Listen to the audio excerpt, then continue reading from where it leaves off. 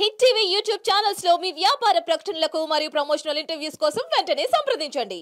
నేను పుట్టింది హైదరాబాద్ అండి. ఓకే. పుట్టి పెరిగింది ఇక్కడే. ఓకే. అమ్మ విజయవాడ. మా ఊరు ఆ. కృష్ణా జిల్లా. నాన్న పుట్టింది ఛత్తీస్గఢ్, కానీ వాళ్ళ నేటివ్ విజయనగరం. ఎక్కడ విజయవాడ, ఎక్కడ విజయనగరం? ఓకే.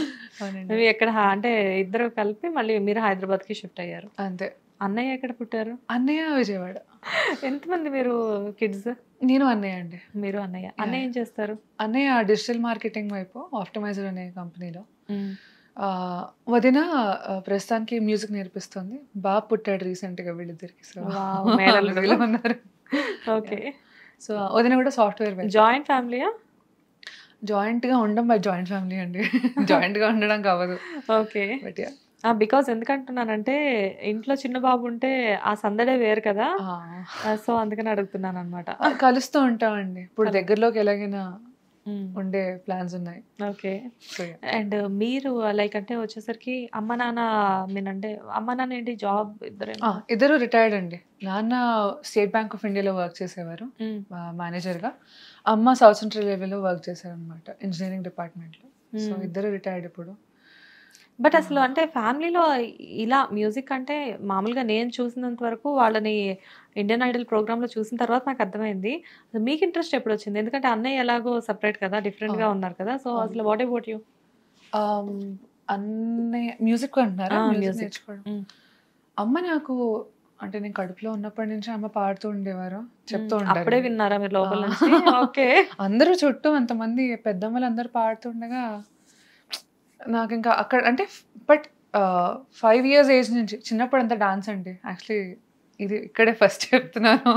చిన్నప్పుడు అంతా నాకు డాన్స్ అంటే చాలా ఇంట్రెస్ట్ అనమాట. ఇప్పటికి కూడా కొంచెం మొహమాట అంతే, టచ్ పోయింది. బట్ డాన్స్తో స్టార్ట్ అయ్యి ఆడపిల్ల సింగింగ్ నేర్పిస్తే బాగుంటుందేమో అని చెప్పి మా అమ్మ 5 ఏళ్ల వయసు నుంచి నాకు సింగింగ్ నేర్పించడం మా అమ్మ స్టార్ట్ చేశారు. ఒక చిన్న డౌట్, డాన్స్ అంటే వెస్టర్నా క్లాసికలా? వెస్టర్న్ అండి. క్లాసికల్ కూడా ట్రై చేశాను రీసెంట్గా. వెస్టర్న్ నేర్చుకున్నాను. నేర్చుకోలేదు, సారీ, సొంతంగా చేసేదాన్ని. ఓకే.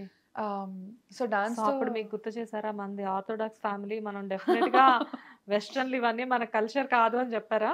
అంటే ఆ వయసులో లేనండి ఆ డెసిషన్.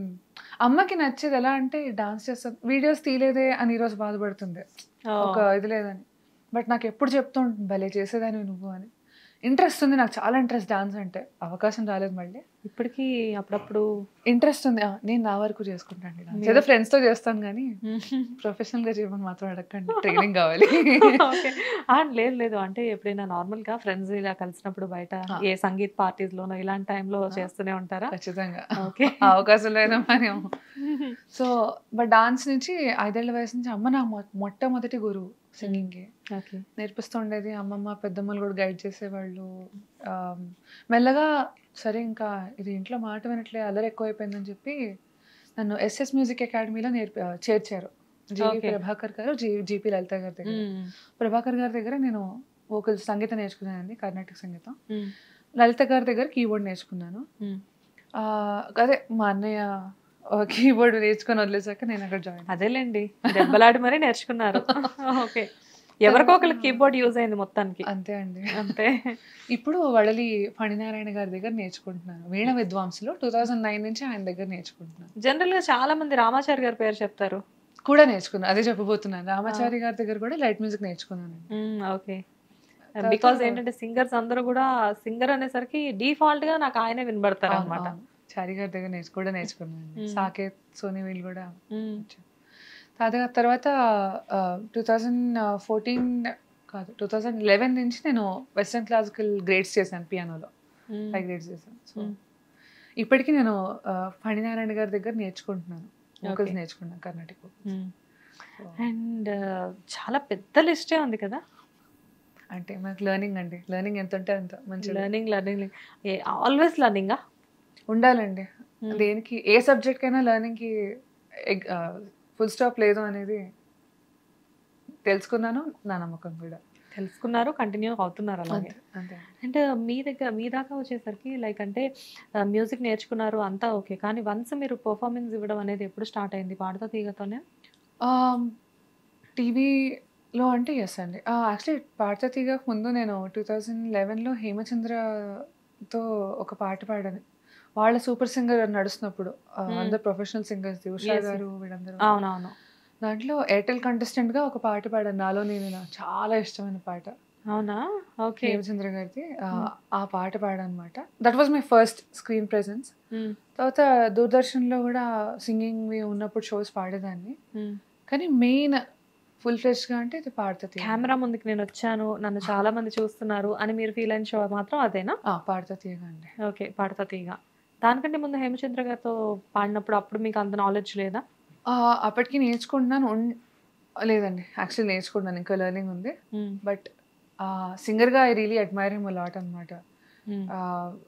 మంచి నాకు అంటే ఆర్ఆర్ఆర్ కూడా అప్పుడు పరిచయం అనమాట హేమచంద్ర గారు. సో ఆ పాట మటుకు నాకు ఇట్ ఈస్ మై ఫేవరెట్ అనమాట. అప్పుడు ఆ ఛాన్స్ దొరికింది అంత పాడడానికి. ఏ సాంగ్? నాలో నేనేనా.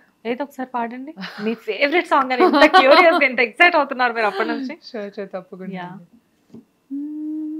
నాలో నేనేనా ఏదో అన్నానా నాతో నేలేని మై మరపునా